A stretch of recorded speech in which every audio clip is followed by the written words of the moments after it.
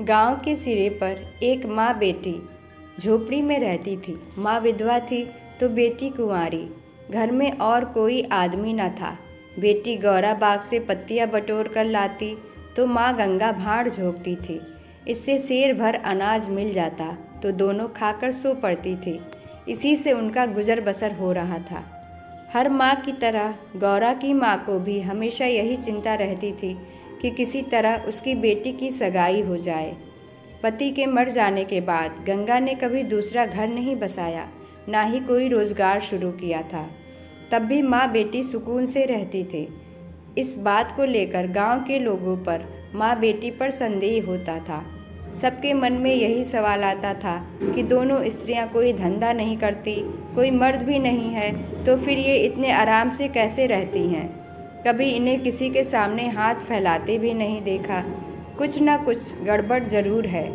शूद्रों की बिरादरी बहुत छोटी होती है। 5-10 कोस से अधिक उनका दायरा नहीं होता। आखिर क्या कारण है कि कोई गौरा से शादी के लिए तैयार नहीं होता। गौरा की शादी के लिए माँ बेटी ने साथ कई तीर्थ यात्राएं की, उड़ीसा तक हो आए, लेकिन कुछ हल नहीं निकला। गौरा सुंदर और सुशील थी, लेकिन किसी ने उसे कुएं पर हंसते बोलते नहीं देखा था।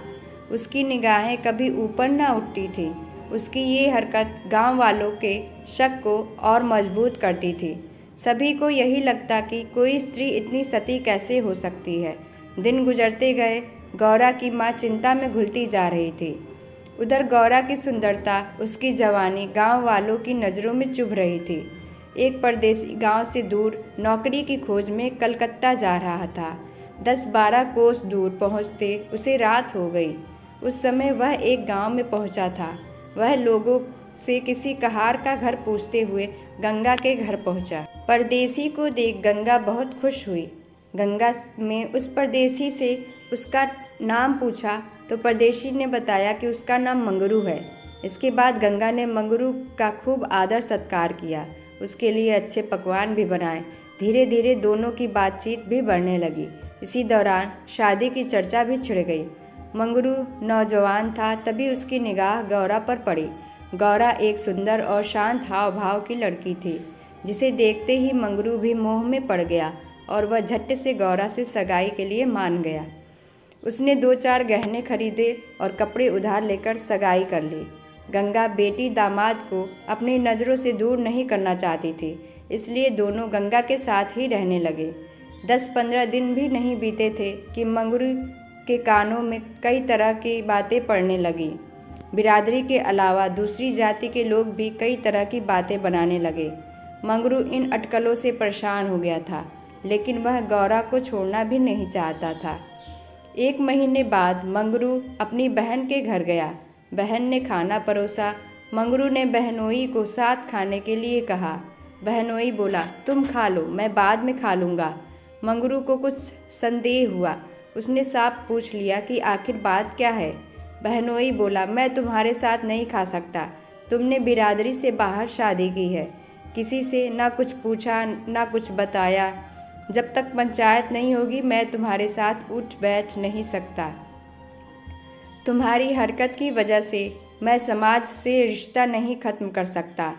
मंगरू तेजी से उठा और ससुराल लौट आया। मन बेचैन था। उसने किसी से कुछ नहीं कहा और रात के अंधेरे में गौरा को छोड़कर चला गया। इसी तरह कई साल बीत गए, लेकिन मंगरू का कुछ पता न चला। पति के गायब होने पर भी गौरा उदास न थी। वह हंसती खेलती, मांग में सिंदूर लगाती, रंग बिरंगे कपड़े पहनकर तैयार होती थी। अपने पीछे मंगरू एक भजन की किताब छोड़ गया था। खाली समय में गौरा उस किताब से कोई भजन गाती थी। पहले गौरा गांव की औरतों से ज़्यादा मिलती जुलती नहीं थी। दरअसल उसके पास उन स्त्रियों से बात करने के लिए कोई विषय नहीं होता था। गौरा के पास अब गृहस्थ जीवन की ढेरों बातें थीं, जिसकी चर्चा वह गली मोहल्ले की औरतों के साथ करती थी। वह सभी को बताती कि मंगरू कितना अच्छा सहनशील है। तभी वहाँ मौजूद एक स्त्री ने पूछ लिया, गौरा, मंगरू तुम्हें छोड़कर क्यों चला गया? गौरा कहती, मर्द कभी ससुराल में रह सकता है भला? बाहर जाकर पैसे कमाना ही मर्द का असली काम है। वही जब कोई गौरा से ये सवाल करता कि मंगरू खत क्यों नहीं लिखता, इस पर गौरा मुस्कुरा कर कहती, अपना ठिकाना बताने से डरते हैं, जानते हैं कि गौरा सामने आ पहुँचेगी। सच कहूँ तो मैं उनके बिना एक दिन भी नहीं रह सकती। एक सहेली बोली, तेरी बात हम नहीं मानते, ज़रूर मंगरू और तेरी लड़ाई हुई होगी, तभी इसी तरह बिना बताए वह तुझे छोड़कर चला गया। गौरा बोली, बहना, अपने भगवान से भी भला कोई लड़ता है क्या? जिस दिन ऐसी नौबत आई मैं कहीं जाकर डूब मरूंगी। कई दिनों बाद कलकत्ता से एक आदमी आया और गंगा के घर रुका। इत्तेफाक से वह मंगरू का पड़ोसी निकला। उसने कुछ पैसे और 2 साड़ियाँ गौरा के हाथ में थमाई और बोला कि मुझे मंगरू ने तुम्हें लेने भेजा है। ये सुनते ही गौरा की खुशी का ठिकाना न रहा। वह फटाफट जाने के लिए तैयार हो गई। गांव की औरतों से मिल आई और सबको अपने जाने की खबर दे आई। बेटी के जाने से गंगा मायूस थी, लेकिन साथ ही खुश भी थी। रास्ते भर गौरा के मन में हजारों अच्छे बुरे ख्याल आते रहे। बीच बीच में उसे अपनी माँ के अकेलेपन की भी याद आ जाती। डर सताता कि बेचारी अम्मा अकेले कैसे रहेंगी, सारा काम अकेले करना पड़ेगा, बूढ़ी दिन भर रोती रहेगी। इसी उधेड़-बुन में रास्ता कट गया। लगभग 3 दिनों बाद गाड़ी कलकत्ता स्टेशन पहुंची। गौरा का दिल जोर से धड़क रहा था। वह प्लेटफॉर्म पर उतरकर मंगरू का इंतजार करने लगी। बूढ़ा बोला, मैंने आसपास सभी जगह देख लिया, लेकिन मंगरू तो कहीं दिखाई नहीं दे रहा। शायद अब तक आया नहीं है। गौरा घबरा गई। तभी बूढ़ा बोला, चलो हम डेरा पर चलते हैं। उसे मालूम न था कि हम कौन सी गाड़ी से आ रहे हैं। ऐसे में भला उसकी राह देखने से कोई फ़ायदा नहीं। गौरा बात मान गई और दोनों तांगे पर सवार होकर चल दिए। यह पहली बार था जब गौरा गांव से बाहर निकली थी। उसकी आंखें इधर उधर चीज़ों को निहारने में लगी हुई थी। अचानक तांगा एक सुंदर और विशाल भवन के सामने रुका। गौरा उतरी और तेजी से सीढ़ियों के सहारे ऊपर चढ़ने लगी। मंगरू से मिलने की थोड़ी भी देरी उससे बर्दाश्त नहीं हो रही थी। तभी बूढ़े ने पहली मंजिल के एक कमरे की ओर इशारा करते हुए कहा, यह मंगरू का कमरा है, जाओ, वह अंदर ही पड़ा होगा। गौरा अंदर गई, लेकिन कमरे में कोई न था। कोने में खाट और 4-5 बर्तन पड़े हुए थे। वह बाहर आई और बूढ़े को बताया।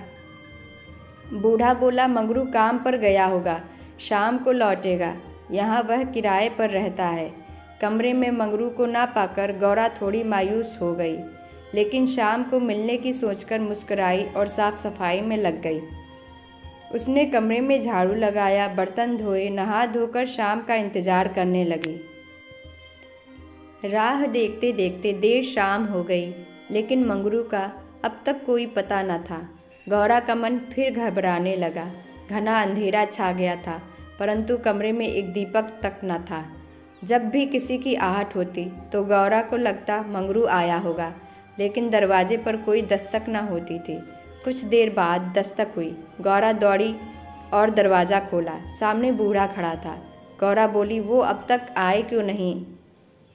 बूढ़ा बोला, अभी मैं मंगरू के दफ्तर से ही लौटा हूँ। साहब ने बताया कि मंगरू का ट्रांसफ़र हो गया है। मंगरू ने साहब से कई मिन्नतें की, लेकिन किसी ने उसकी एक न सुनी और दूसरी जगह भेज दिया। मैं दफ्तर से उसका नया पता ले आया हूँ। कल सुबह तुम्हें जहाज़ पर बैठा दूंगा, फिर तुम अपने मंगरू के पास चली जाना। गौरा घबरा कर बोली, जहाज़ में? कितने दिन का सफ़र होगा?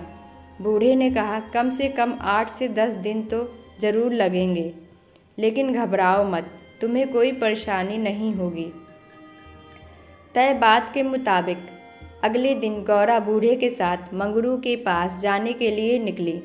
बूढ़े ने उसे जहाज़ पर बैठाया और विदा किया। जहाज़ जैसे जैसे किनारे से अलग हो रहा था, वैसे वैसे गौरा को लग रहा था कि अब उसकी अम्मा, गांव सब पीछे छूट रहा है। चारों ओर पानी पानी देख गौरा का मन अजीब हो रहा था।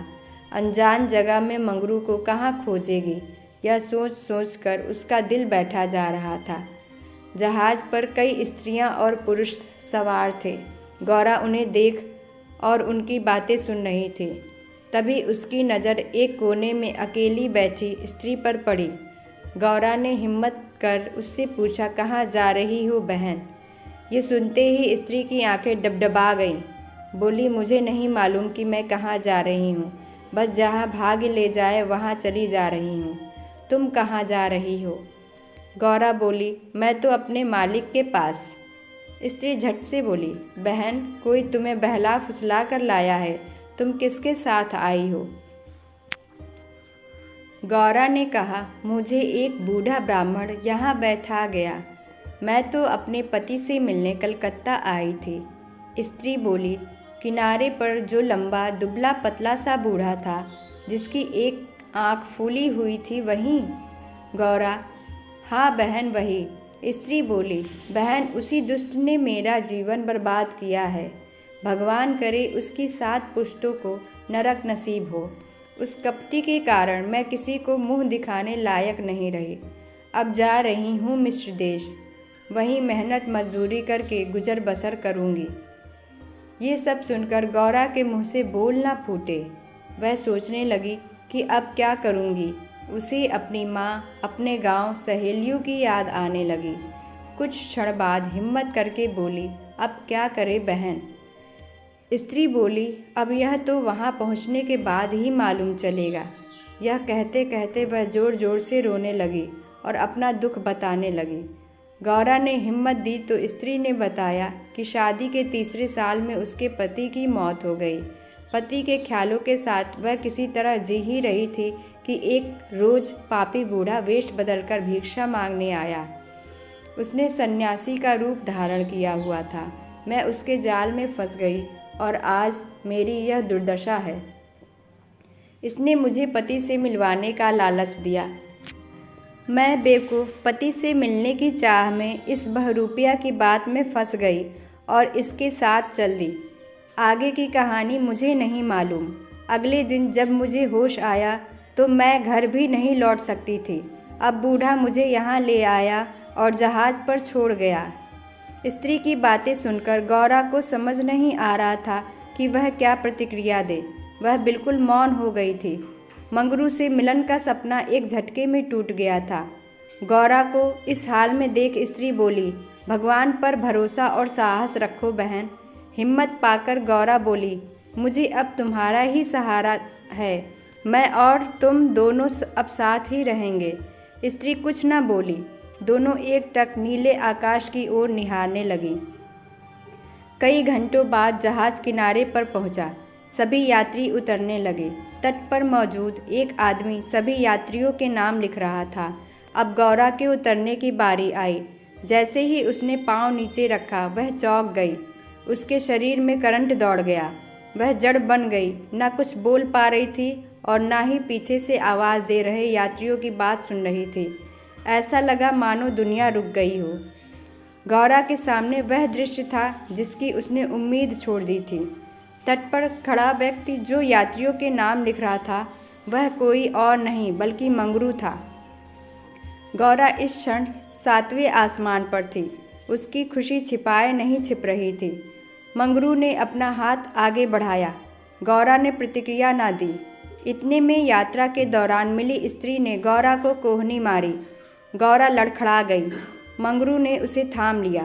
स्त्री, क्या हुआ? इस आदमी को पहचानती हो? गौरा बोली, बहुत अच्छी तरह से।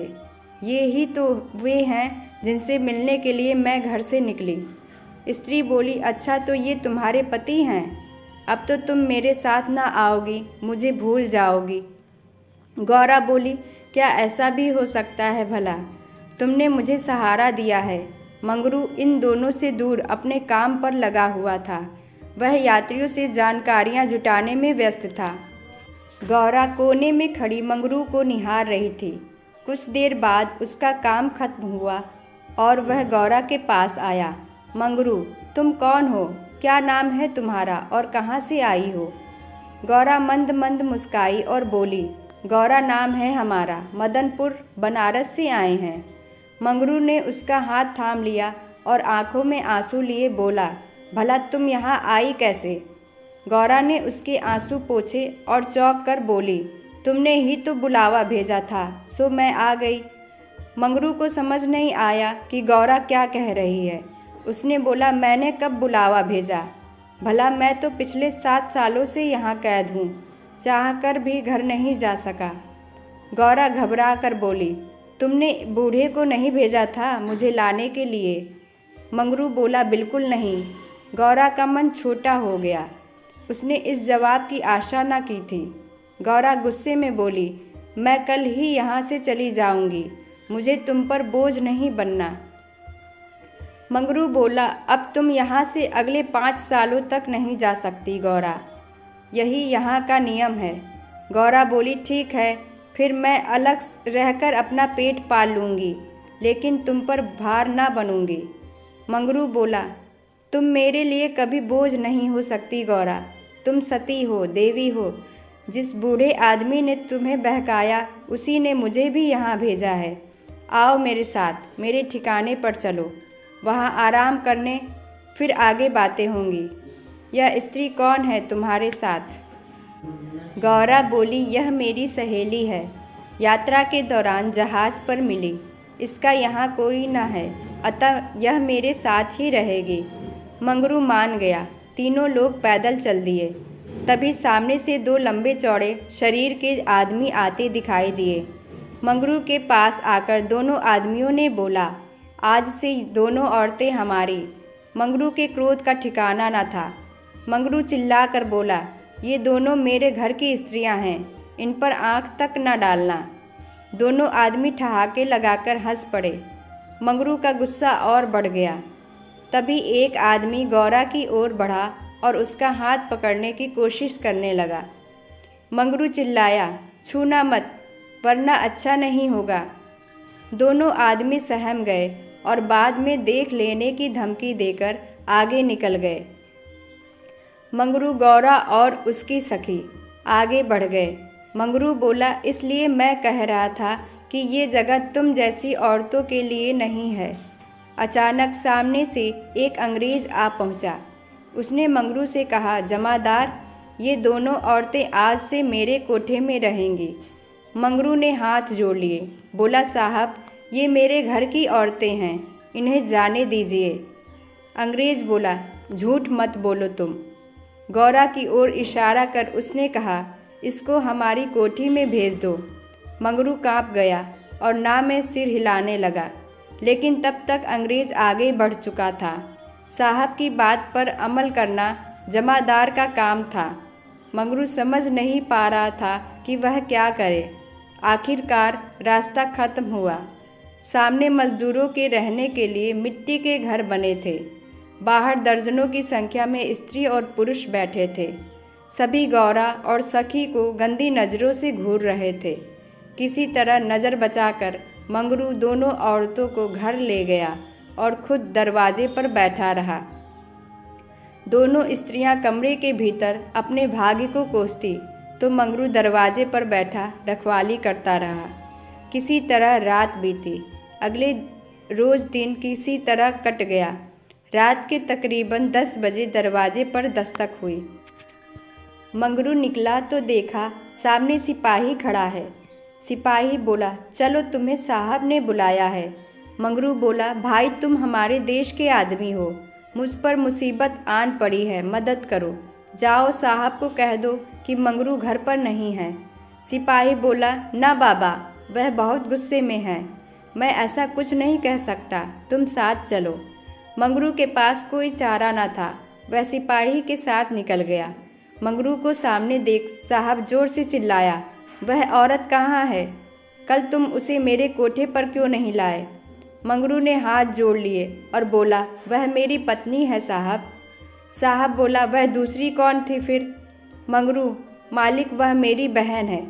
साहब गुस्से में बोला, हम कुछ नहीं जानते हैं, तुम उन दोनों में से किसी एक को लेकर आओ जल्दी। मंगरू साहब के पैरों में गिर गया और रोने लगा, लेकिन साहब का दिल नहीं पसीजा। उसने आदेश दिया, जल्दी एक स्त्री को लेकर आओ, वरना तुम्हें कोड़े पड़ेंगे। मंगरू कोड़े खाने को तैयार हो गया। साहब नशे में था। उसने ना आओ सोचा ना ताव, हंटर निकाला और कोड़े बरसाने शुरू किए। मंगरू की चीख निकल आई। साहब उसे लगातार कोड़े मारते रहे, लेकिन वह अपने घर की औरतों की इज्जत देने को तैयार ना हुआ। उसने अपने प्राण त्यागना बेहतर समझा। इधर गौरा और सखी कमरे में बैठे मंगरू की बाट देख रही थी। उन्हें क्या पता कि मंगरू पर क्या बीत रही थी। अचानक किसी के चीखने रोने की आवाज़ सुनाई पड़ी। कान लगाकर सुना तो कलेजा मुंह को आ गया। यह मंगरू की आवाज़ थी। गौरा दौड़कर दरवाजे पर पहुंची। मंगरू की आवाज़ सुनकर उससे रहा न गया तो आवाज़ के पीछे दौड़ गई। फाटक खुला था। गौरा कोई है आवाज़ देने लगी, लेकिन जवाब न मिला। वह अंदर जा पहुंची। सामने मंगरू खुले बदन लहूलुहान हुए खड़ा था और अंग्रेज उस पर चाबुक बरसा रहा था। गौरा से यह सहन नहीं हुआ। वह दौड़कर मंगरू से लिपट गई और बोली, इनके बदले जितना चाहो मुझे मार लो, लेकिन इन पर दया करो। अंग्रेज खुश होकर गौरा से बोला, तुम यहाँ मेरे पास रहोगी तो मैं इसे छोड़ दूंगा। गौरा बहुत असहाय महसूस कर रही थी, कुछ न बोली। वहीं मंगरू दर्द से कराह रहा था। जिस साथ के लिए वह यह सब कर रहा था, उसकी आंखों के सामने वह उससे छूट रहा था। गौरा ने दिल पर पत्थर रखकर कहा, मुझे तुम्हारी शर्त मंजूर है, लेकिन अपने पति के स्वस्थ होने के बाद मैं तुम्हारे पास आऊँगी। अंग्रेज बात मान गया। उसने मंगरू पर अत्याचार बंद किया और सिपाही को उसे अस्पताल में भर्ती कराने का आदेश दिया। मंगरू को अस्पताल ले जाया गया। गौरा भी उसके साथ थी। इलाज के दौरान गौरा एक क्षण के लिए भी मंगरू के सामने से नहीं हटी। 4 दिनों के इलाज के बाद मंगरू ने आंखें खोली। तय शर्त के मुताबिक अब गौरा को मंगरू का साथ छोड़ अंग्रेज के पास जाना था। यह उसे मंजूर नहीं था। ऐसे में उसने मरना बेहतर समझा। अस्पताल के बाहर नदी की धार बह रही थी। गौरा जाकर उसमें कूद पड़ी। आनन फानन में एक अस्पताल कर्मचारी दौड़ा, मंगरू के पास आया और गौरा के नदी में कूदने की सूचना दी। मंगरू की आंखों के सामने अंधेरा छा गया। उसे कुछ समझ नहीं आया। दौड़कर नदी के सामने पहुंचा और छलांग मार दी। जीते जी जो कभी साथ नहीं रह पाए, अब वे दोनों परलोक की यात्रा में साथ जा रहे थे। कहानी से सीख। शूद्र कहानी से हमें यह सीख मिलती है कि व्यक्ति को अपना मन साफ और सच्चा रखना चाहिए। किसी कार्य को करने के पीछे यदि आपकी नीयत नेक होती है तो नियति आपके साथ कभी बुरा नहीं करेगी।